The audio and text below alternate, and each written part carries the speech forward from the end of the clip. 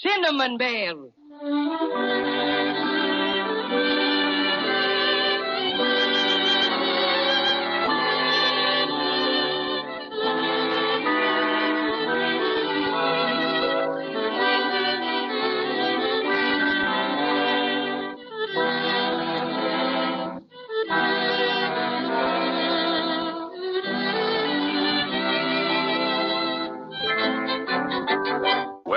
Judy and Jimmy and the Cinnamon Bear overtook the Crazy Quilt Dragon last time and cornered him on a cliff overlooking the Root Beer Ocean. But no amount of persuasion could make him hand over the silver star, which he had stolen. So nothing remained but to scare him. And scare him they did. And what did Crazy Quilt do but leap off the cliff and land kerslosh in the ocean? They rushed down to meet him as he came drifting through the root beer waves, only to discover that he had dropped the silver star when he jumped. It's lost again. Everyone is muchly disturbed, and Crazy Quilt is hanging his head.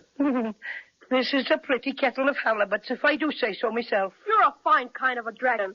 First you steal our silver star, and then you go and lose it. Oh, me. Nothing but shame do I get. Shame to the left of me. Shame to the right of me. You're extra bad, and you know it. Now, Jimmy, don't be so mean to Crazy Quilt. He said he was sorry. Ah, my gracious young lady, do I detect a note of sympathy in your sweet voice? Can it be possible you feel sorry for me? Well, I didn't exactly say I was sorry for you. After all, it was very naughty of you to steal our star. Don't try and pull any of that weepy stuff around here, Crazy Quilt. It won't work. Oh, lass, for 10 centuries, maybe 11, the Crazy Quilt dragons have flourished with nary a blot on their scutcheon. Oh, to think that I must be the one to bring shame to our illustrious name. Oh, there, Crazy Quilt. Don't feel so bad about it. I must redeem myself. There's no 3 ways about it. I must. Done enough already, you overstuffed villain. That's what I say. You'd better scram before I say boo. Oh, please. You know how that horrid word affects me. Don't be so impolite, Jimmy. Let's see what Crazy Quilt has to say for himself. Oh, thank you, my lovely one. Now, if you could all overlook my past offenses, I'd gladly help you look for the star. Applesauce with raisins in it. Don't let him fool you, children. I really have a good heart, you know. It's made out of red yarn, and it's big and true as true can be. Don't you think you could see your way clear to let me join up with your expedition? Huh? How's about it? I don't know what to say, Crazy Quilt. Well, I do. We don't trust you, Crazy Quilt, and that's that. Good for you, Jimmy. Oh, the shame of it all. Oh, agony. Listen, what's that noise, Cinnamon Bear? I wonder. Can you see anybody, Jimmy? No. Look, coming around that rock. Wow. Jiminy crickets. It's the Inkaboos. Run for your lives, everybody. See you later. Wow.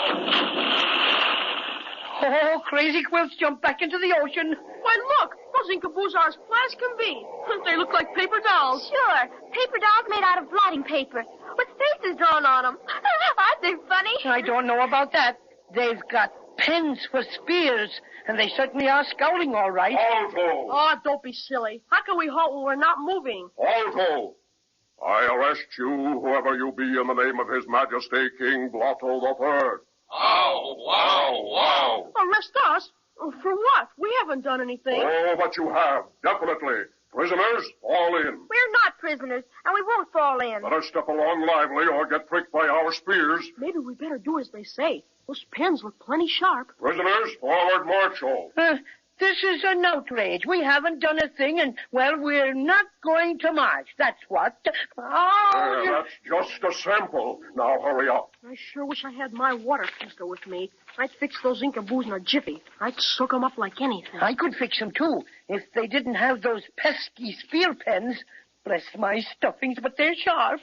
Look, over there. It's a town. Sure enough. And the houses are made of cardboard. You know, they're sort of wobbling in the breeze. You know what, Jimmy?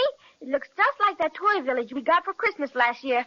See, the walls and the roofs are held together with cardboard flaps. And the windows don't have any glass at all. And the grass we're walking on isn't really grass, it's paper. Just like that green grass we always have in our Easter bunny nests. Do you kind of suppose that beach we were on was made out of sandpaper? That's very funny. I'd laugh the stuffing out of myself if I wasn't so worried about what these Inkaboos are going to do with us. Let's ask them and find out. That's a good idea. Hey, you, Mr. Blotter. What's the matter? Prisoner, you have uttered the greatest insult that can be insulted at a mighty Inkaboo. Why? Just because he called you a blotter? If you value your skin, you stuffed monstrosity, never say that terrible word again. Why, certainly, if it upsets you that much.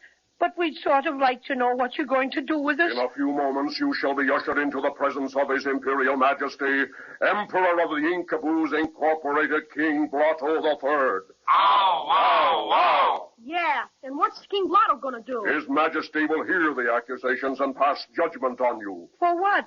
We haven't hurt anybody. I should say not. That has nothing to do with the case, and King Blotto will punish you accordingly. Now, marcho! Ow, ow, ow.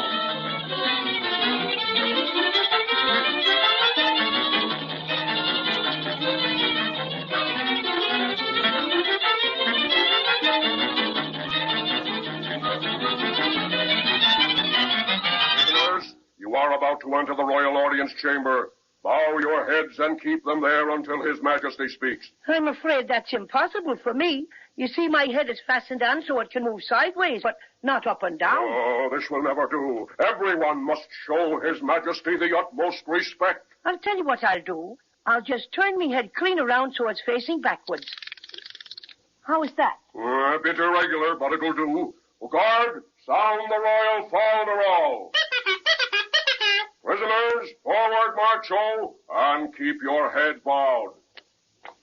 Hope I don't stumble. Me too. With my head turned backwards, I haven't the slightest idea where I'm going. Prisoners, alto. Your most unusually high highness, we bow in your mighty presence. Hail, King Blotto III. Ow, ow, ow. More respect, please. You're not half enthusiastic enough. Ow, ow, and double wow. That's better. You may raise your heads now, prisoners. Look, that's King Blotto sitting on an empty ink bottle. What a funny king. Isn't he, Cinnamon Bear? Wait till I get my head twisted around so I can see. Ho, ho, ho. Ho, ho, what a sight! Order! Who are these things, Captain? We're not things, we're people. And very good people, I might add. When we wish you to add, we'll tell you about it. Quiet. Proceed, Captain. Your Majesty, we found them standing right on the boundary line of the dominion of the Inkaboos Incorporated. And what's more, they had their shoes on. Oh. This is an offense, isn't it? By the way, what offense is it? A violation of Ordinance Number 23 Skidoo, which prohibits foreigners from standing on an Inkaboo boundary line with shoes on. Oh, yes, so it does. Well, how did we know it was against the law? Yeah, we didn't see any boundary line. Where is it? That's what I'd like to know. Where is it? It's a secret. Well, you can't very well arrest us for standing on something that we don't know where it is. Ignorance of the law is 9/10 of something. And besides, you should have taken your shoes off. Then we wouldn't have bothered you. Then that lets me out. I don't wear any shoes, so I couldn't very well take them off. What? Then you're doubly guilty because you didn't have any shoes to take off. But that's not fair. That law doesn't say anything like that. Oh, my, so it doesn't. Well, we'll fix that. Where's my royal secretary? Here, Your Majesty. Take an amendment. Quote, people who don't have shoes to take off when they stand on an Inkaboo boundary line are guilty of double treason and arsenic. I, King Blotto III, so will it. Unquote. Oh, yes, oh, yes, oh, yes. What do you intend to do with this now? Well, I don't quite know. Something too terrible, I fancy. That is, unless you want to try and win your freedom. Well, how can we do that? I'll tell you. Ever since the Inkaboos were created, I have been king because of a mysterious, magical inscription I bear on my chest. See it? Yes, I noticed it before. It's some kind of writing. Indeed. Pretty, isn't it? And I'm the only Inkaboo that has such an inscription. Oh, what's it say? That, strangers, is exactly what we've never been able to find out. Wise men from all over the realm have tried for years to decipher it, but in vain. We know it's most important. So if you prisoners can tell us what it says, we'll allow you to leave unharmed.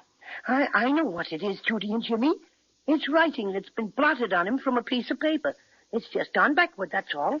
If I had a looking glass, I could read it off like nothing. I have a little looking glass, Cinnamon Bear, right here in my sweater pocket. Swell. Give it to him so we can get saved. Here it is. Well, strangers, will you attempt to save your lives?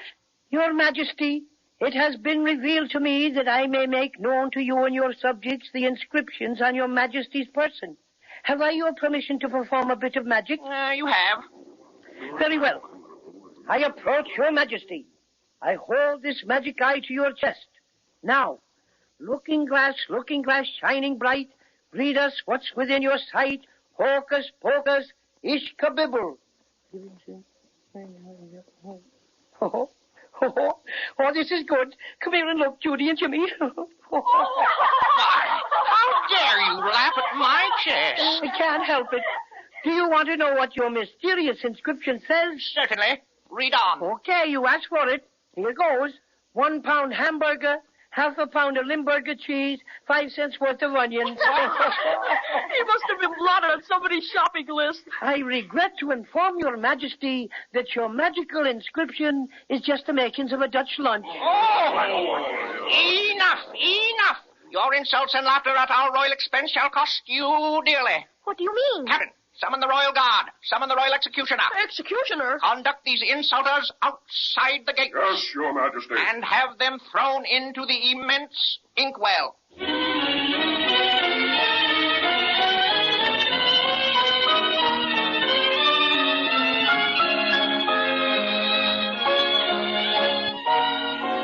That sounds bad for our friends, doesn't it? King Blotto III really means business, I'm afraid. It's hard to wait until next time to find out what's going to happen to Judy and Jimmy and the Cinnamon Bear when the Royal Guard and the Royal Executioner take them to the immense inkwell.